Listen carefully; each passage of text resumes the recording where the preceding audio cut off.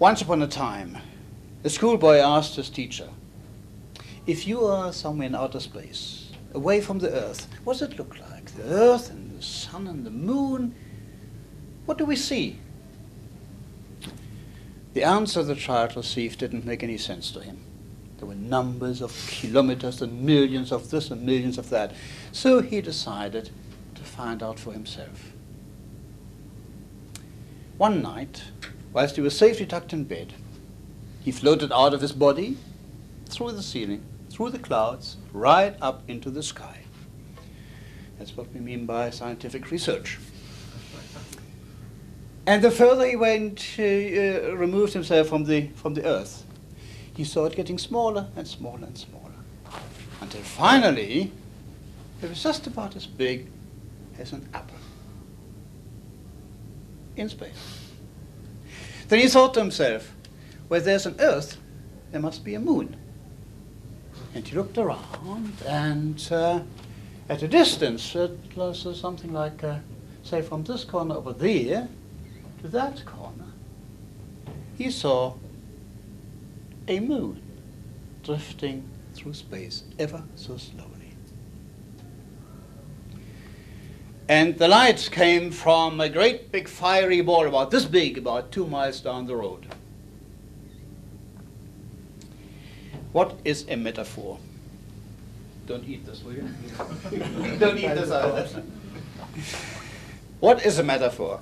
The oldest definition I've come across is this one here. I just wrote it out before the meeting. And it says, I make no attempt at pronouncing this properly.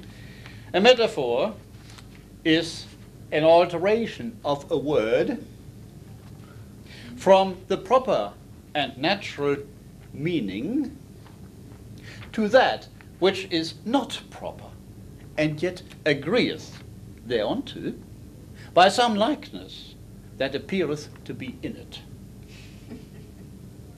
This one has been attributed to some T. Wilson, 1553 AD. Incidentally, does anyone have a spell check here for an computer? Well, I'd like to jump forward quite a bit here, and I'd like to offer you a metaphor which is my own. A metaphor is a story or an event which demonstrates human behavior and suggests a desirable outcome. This one has been attributed to a certain P. Schmedding, 1991 AD. Why use metaphors in evaluations? 3 points. To enhance our evaluations, we have a greater repertoire of words, of ideas when we evaluate a person. We can express ourselves in more elegant ways. Secondly, we are avoiding a head-on crash. I'll give an example. If I don't know your name. John, that's all. John, I think you should wear a red tie, no, a pink tie with this outfit. Now, without being too insulting, what do you think of me, of my proposal? Well, I think it's a bit unusual because it wouldn't go with what I'm wearing. Oh, well, you put it very mildly out as you can get stuffed. But how would it be? But if you hadn't been a Toastmaster, I might have been more stronger. Aha. Right.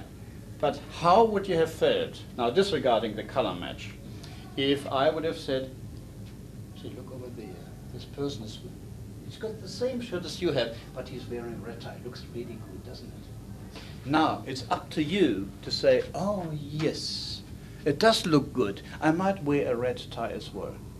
Now, I'm using a hypothetical example, obviously, here. I'm not meaning you should wear a red tie, but I'm just illustrating the function of when we're using metaphors. The third point is, and this is perhaps the most important point, to retain members. And I'm talking about very early, very fresh, new members. I'm sure we have lost some members over the years who, after their first evaluation, felt their self-image, their self-esteem is so fragile. If someone says, listen, you could do this, I better, oh, I'm bad, you know, and they shrink together, and oh, no, I can't take it, they don't come again. And if you use a metaphorical approach to perhaps suggest something, how they can improve, it's a completely different story. They can accept it. So, how can it be applied?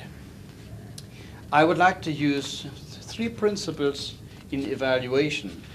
And there are, the first one is the auditory approach, the second the visual approach, and thirdly the kinesthetic approach. I'm sure you know what I mean.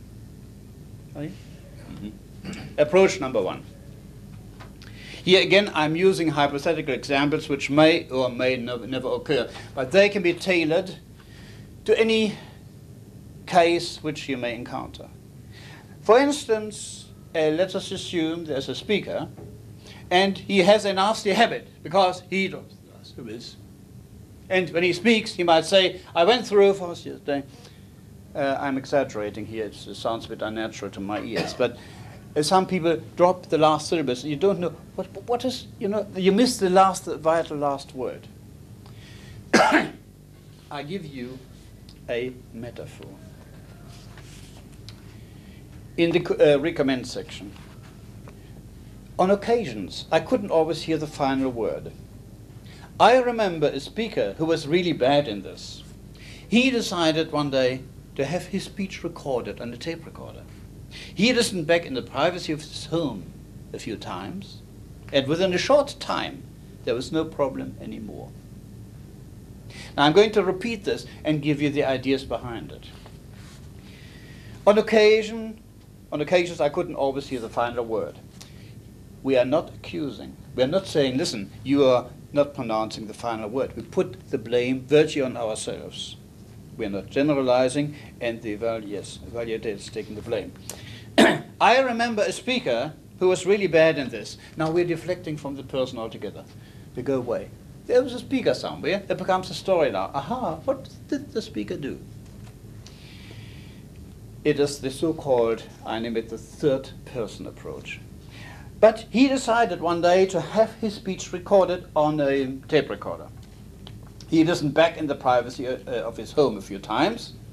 The third person, who could be real or invented, is the metaphor. Like the red tie, the evaluated speaker may think, oh, this is a good idea, which of course it is. And within a short time, we're not specifying within 2 weeks or whatever, we'll leave it to him, but we say it is short. Don't wait for 2 years before you improve. There was no problem anymore. By saying there was no problem anymore, we could say there is a problem here without having to say there's a problem. So this is a typical metaphorical approach where we rely on words. Because there is no problem, and how is the evaluatee, is that the right word? Evaluatee, is that right? Do we have a grammarian here? Who's the grammarian? Anyway, it's a new word. Likely to react, if someone so and so did, so can I. And there's no blame attached. Now, this is one approach. The second one is what I call the visual approach. The second one is, let's assume the person has very limited hand movements, very limited gestures. And we come to the recommend section. In future speeches, I can see this speaker using his hands like the wings of a bird.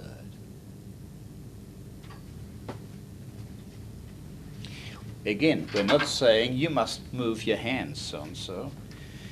The aim of the evaluation is to free the evaluatee, I cannot pronounce this word, from inhibited movements. The visualized bird is an acceptable demonstration, whereas use your hands such and such becomes artificial and may be considered an intrusion into personal habits and therefore objectionable. The bird is the metaphor.